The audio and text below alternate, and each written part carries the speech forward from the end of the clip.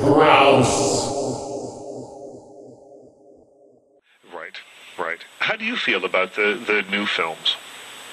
I don't feel. No.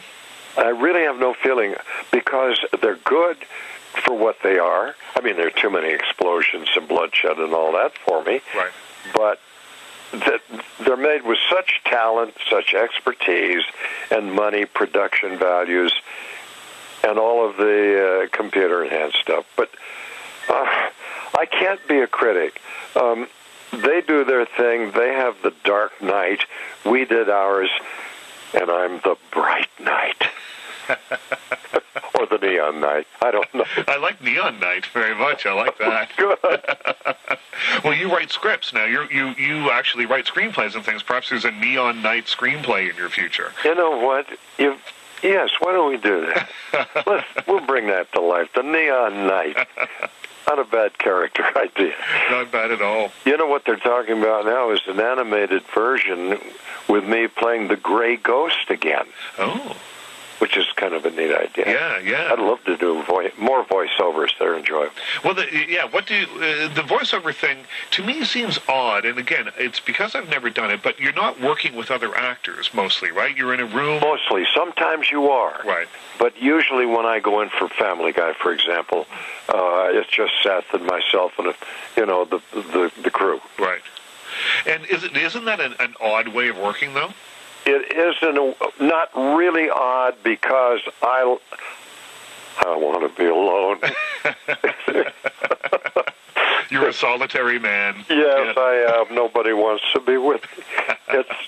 It's good because no makeup, no costuming, none of the nonsense, none of the ego baloney. Right. So you go in and just do your thing, but you better know what you're doing. Right. That's the difference. Voiceovers are much more difficult and such an art that people don't understand. They don't. I don't think they understand the work and the sort of artistry that goes into them. Everybody wants to do voiceovers because they think it's easy and it's a lot of money. Right. But like most things in life, like what you do or what some of your listeners do, it's not that easy. Absolutely. Now, if we look back at all the Batman shows, the 120 shows, and we'll include the movie here, is there a defining, most memorable Batman moment for you? Well, I said this before. There are several wonderful moments, like a defining moment of the character might be when he sat at the disco bar and they slipped him a drug or a Mickey in his orange juice. Yep. So with great abandonment, he stood up and he created the Batusi. That moment to me kind of summed up everything that it was, that it could be really funny, absurd, fun, and yet serious, and the kids would really take it seriously. The other defining moment probably was when I first put on the costume for real and was about to leave my trailer on the stage and walk out in front of the crew and the press, everyone there, into the light. And I thought, oh, Lord, are they going to laugh or what's going to happen here? Well, I walked across the stage as dignified as I could, as much like Batman might. There wasn't a sound. People stood there in awe. And I thought, yes, this will work. Yeah. And why do you think it works? Because Batman we've seen him. Your Batman was not the first Batman, probably the most popular Batman of its time. But there had been some serials in the 40s. Then you came along, and it's been, Tim Burtonized, and then, Christopher Nolan has him. What is it about the character? I don't know. I think it's the fact that he is a human. Right. He's an earthling who simply is on what might be considered almost a psychotic quest, that he had a terrible tragedy, and as a result, he trained himself to do something specific, and that is get rid of evil. Right. And we read it growing up. So Batman brings an awful lot of baggage with it.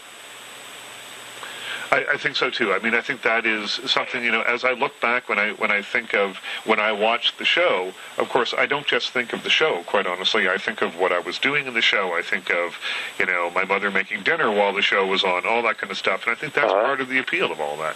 Isn't that fun? Yeah. Because, when people come to see me at these Comic-Cons and they do show up, I am so grateful when they tell me what you just did. Right. They come up and tell me all kinds of stories about what they remember associated with it and what it did to their lives or for them. Mm-hmm. That's wonderful. How many actors get a chance to hear that?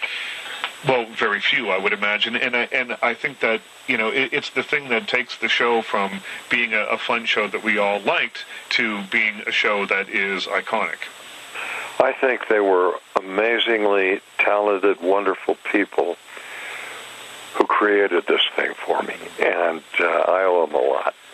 Well, I know we're almost out of time, but I wanted to ask you quickly, when you were working with people like Vincent Price and I mean, you must have gone on the set every day and just said, today's going to be a good day. I get to work with Vincent Price today, and it's going to be exciting. And I mean, I know you're putting in long hours, but I can't imagine how exciting it must have been. You just said it right.